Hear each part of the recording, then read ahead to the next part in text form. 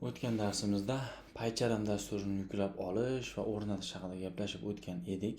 Endi PyCharm muhitiga birinchi kirganimizda nima bo'ladi va qanday birinchi dasturimizni ishga tushiramiz, shu haqida gaplashib o'tamiz. Xo'p. O'sha PyCharm dasturini topamiz va uni ichiga kiramiz. Xo'p. Men kirib qo'ygan loyiham bo'lishi mumkin. Yo'q. Mana yangi holatda ochsangiz PyCharm ekranida nima hosil bo'ladi?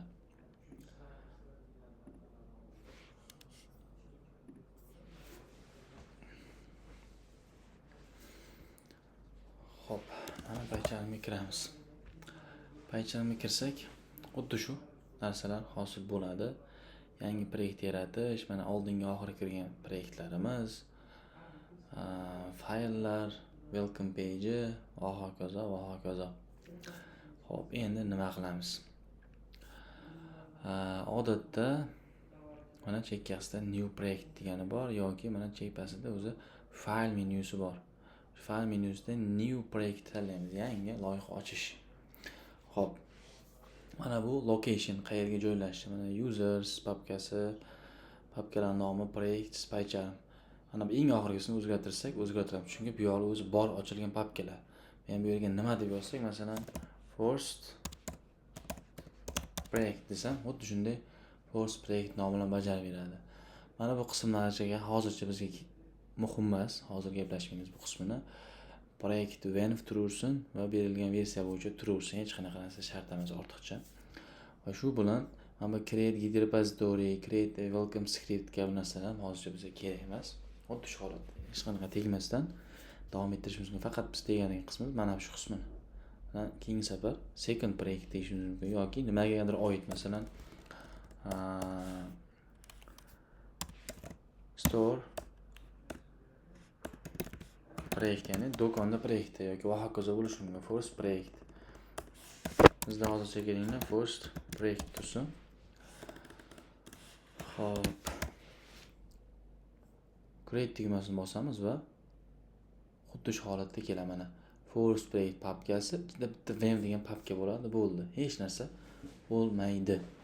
Xo'p, bunga ham hech qaysini o'chirmaymiz. Keyin nima qilamiz? Endi bunga Python fayllarda yozishimiz mumkin bo'ladi. Mana birinchi o'rinda nima qilamiz? Mana bu papkani ustiga olib borib, siz qancha o'ng tomonini bossak, mana new fayl qo'shishimiz kerak. Qolganlar shart emas. New nima qo'shamiz? Python fayl, chunki biz Python dasturlashtirishda yozyapmiz. Keyinchalikka mana notebook fayli, JavaScript kod, HTML va hokazolar qo'shishimiz mumkin. Hozir bizga hech narsa kerak emas, faqat Python fayl kerak va Python faylimizning nomini yozamiz.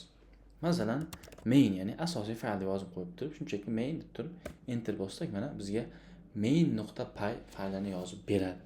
Endi xuddi shunday oldingida darslarimizda keyin narsa yozsak bo'ladi. Endi a barobar 10. Ekranga print deb turib, o'sha a ko'paygan 2 deb deymiz. Mana shu bilan biz kodimizni yozib oldik. Endi buni ishlatib ko'rish uchun tepada mana bu belgi turibdi. Shu burchak belgi, shuni bitta bosadigan bo'lsak, mana ekranga a soni 10 edi va uni 2 ga ko'paytirsak, mana 20 chiqib keldi. Eslanglar bo'lsa, buni xuddi shunday terminalda qilgandik. Xo'p, Pythonga kirib olamiz. Mana a barobar 10 va print a ko'paygan 2 qilgandik. Bu yer noqulay. Bu yer bo'ladigan bo'lsa juda ham qulay. Masalan, string chiqarib ko'rishimiz mumkin. Text. Assalomu alaykum. Masalan, knopkani bosadigan bo'lsak, mana assalomu alaykum degan yozuv chiqdi. Va shu bilan biz hozircha shu bilan cheklanamiz. PyCharmdan foydalanishda asosan xuddi main ichiga shu joyga kod yozib va bu knopkani bosib sanab ko'rib o'rganamiz. Shu bilan keyingi darslarimiz W3 School'dan Python Basic'ni o'rganishdan boshlanadi.